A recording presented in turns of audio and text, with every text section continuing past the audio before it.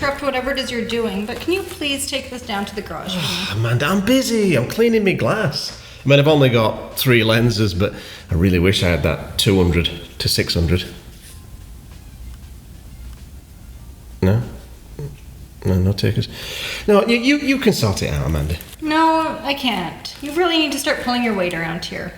Your considerable weight. Not that bad, is it? Go on then. Where's it going? Just downstairs to the garage. Just down there? Yeah. Thank you so much.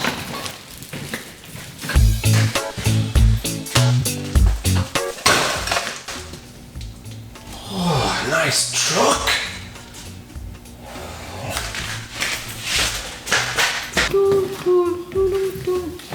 Is that your truck in the garage there? That's all. Yeah, it's my truck. Bought it this year. I don't really drive it though. So why did you buy it then?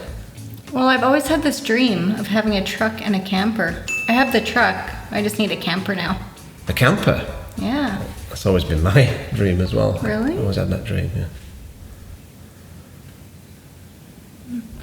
Yeah, imagine all the photography adventures we could have in one of those. Yeah, it'd be brilliant, wouldn't it? Would.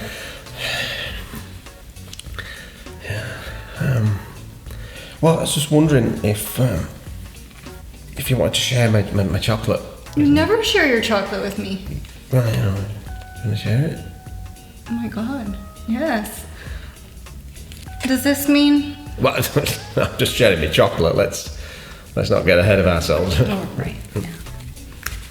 Do you remember that shoot we did last summer? Oh, yeah, for Milky Way Made Easy, the ultimate online photography course for Milky Way photography, which I did with my friend Michael Shaneblum, which is currently on sale right now on my website. There's a link in the description below.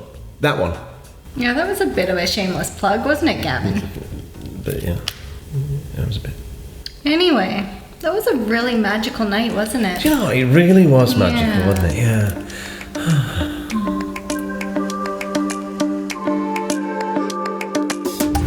The rest of this vlog is actually a free tutorial from the course I just shamelessly plugged, just to give you a really juicy taster. Now, in this Milky Way photography tutorial, I will show you how to do creative light painting using just one headlamp.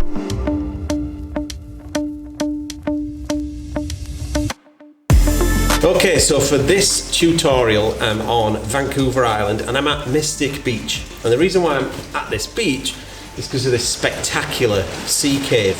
So the plan is, and I've done as much research and planning as I can, but you never truly know until the stars literally align. The plan is to get the Milky Way passing through this cave entrance. The purpose of this tutorial is basic light painting. So what I want to do is use Amanda. Amanda's kindly agreed to be my model for the night. And I want to try and light Amanda from 3 different directions. So I'm going to backlight her so she gets that lovely rim light around the hat and around the edges of her body. And hopefully with some light blasting either side of her that gives it a kind of 3D powerful effect. But I'll also try and light her from both sides just so that I can get a clearer image. And then of course I'll take at least a few different exposures of the actual Milky Way passing through this cave entrance. And putting the 3 together, or the 4 ideally together, will give you that perfect balance of a cool Milky Way image with a nicely lit foreground. And the goal with the light painting is to simply use a headlamp. That's all we're going to use, because if you're out in the field, yeah, you can take some really cool LED panels, you can maybe even take some strobe lights, but if you can get the shot with just a simple 300 lumen or more headlamp, then you're really going to get a creative image with the tools that you've got on hand.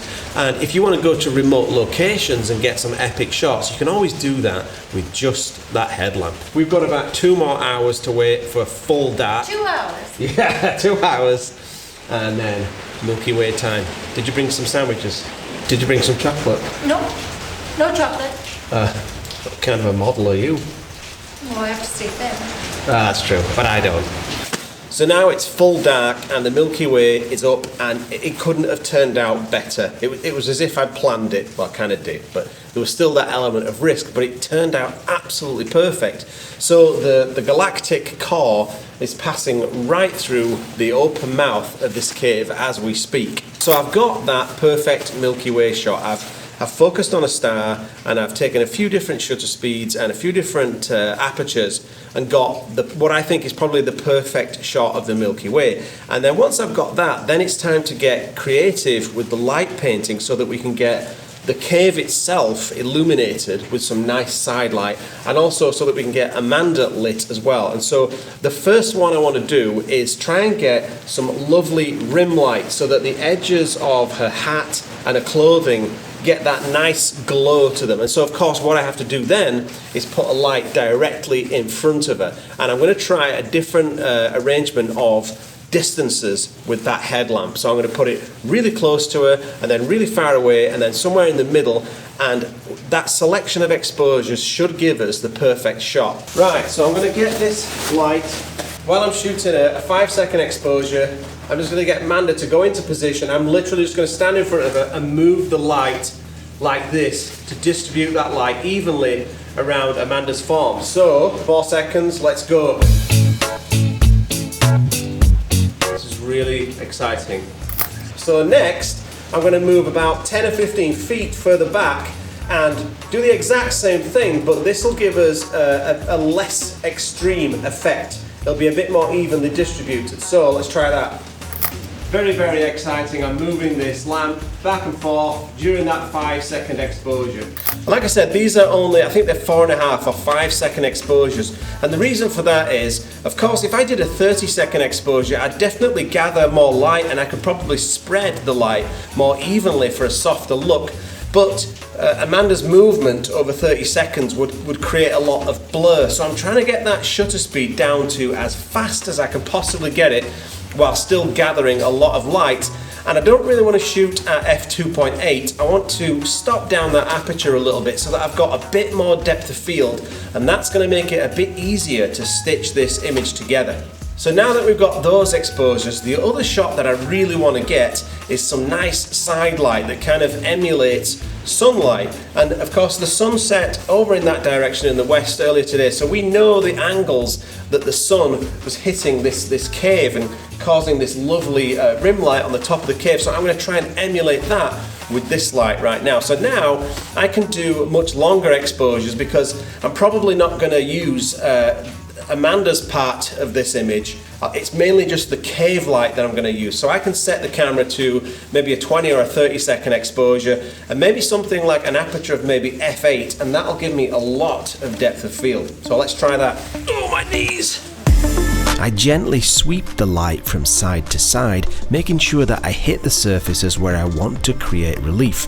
I emulate the direction of the setting sun because that creates pleasing shadows. I never paint the scene head on while just standing behind the camera.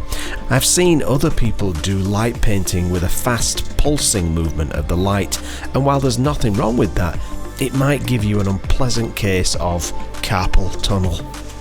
So one final thing that I want to show you is there's a cool little trick you can do whenever you're doing this lovely rim light where you've got the light behind your foreground subject to get these lovely edges glowing.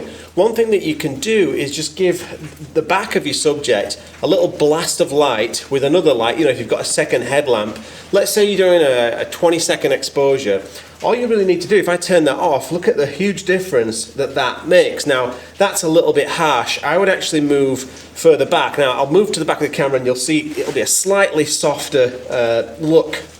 So I'll just move back around here.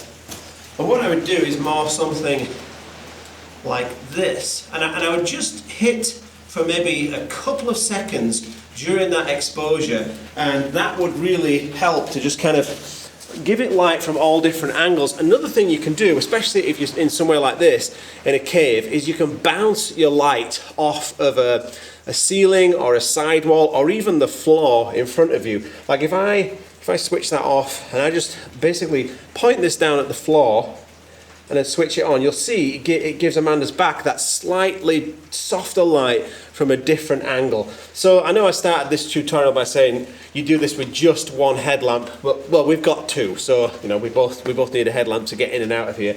If you've got a couple of headlamps, there's a lot you can do, even in one exposure, even if you're trying to do everything without combining a star shot and a model shot, trying to get it all in one exposure. You can get creative with a couple of different light sources and bounce your light off all of the surfaces around you. It could be trees, it could be walls, it could even be vehicles. There's a lot that you can do. Okay, so now that we've got all of these exposures, let's put these together in Photoshop and create the ultimate Milky Way shot where you've got a light painted subject and you've got that perfect sharp Milky Way in the background. And here is the finished image. Now, if you want to know how I blend all of those exposures in Photoshop, you will need to buy the course, because we can't just give it all away for free, can we? But as I said, the course is on sale right now, so you can save a bundle using the link in the description below.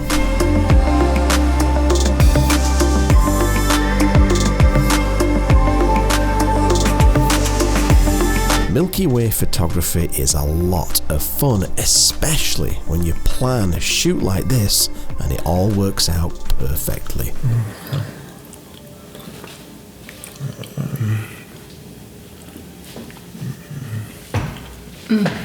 It's too soon. What do you mean? Well, look at your hair. I can't kiss a guy with hair like that. You look a right twat. I guess I do look a bit of a tool. Yeah, if the barbers don't reopen soon, I'm gonna have to take care of this for you. What do you mean?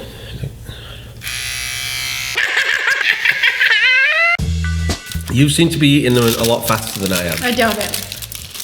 Yeah, I'm gonna have to. What are you doing? You're shoving it in your gob. Wait till we're filming. There's gonna be none left. Right, hang on. What? Jesus, control yourself, woman.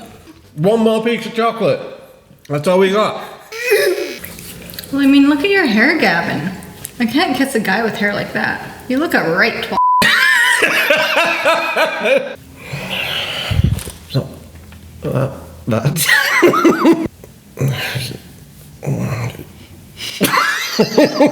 A camper. Yeah. That's always been my dream as well. Really? I always had that dream, yeah. Imagine all the...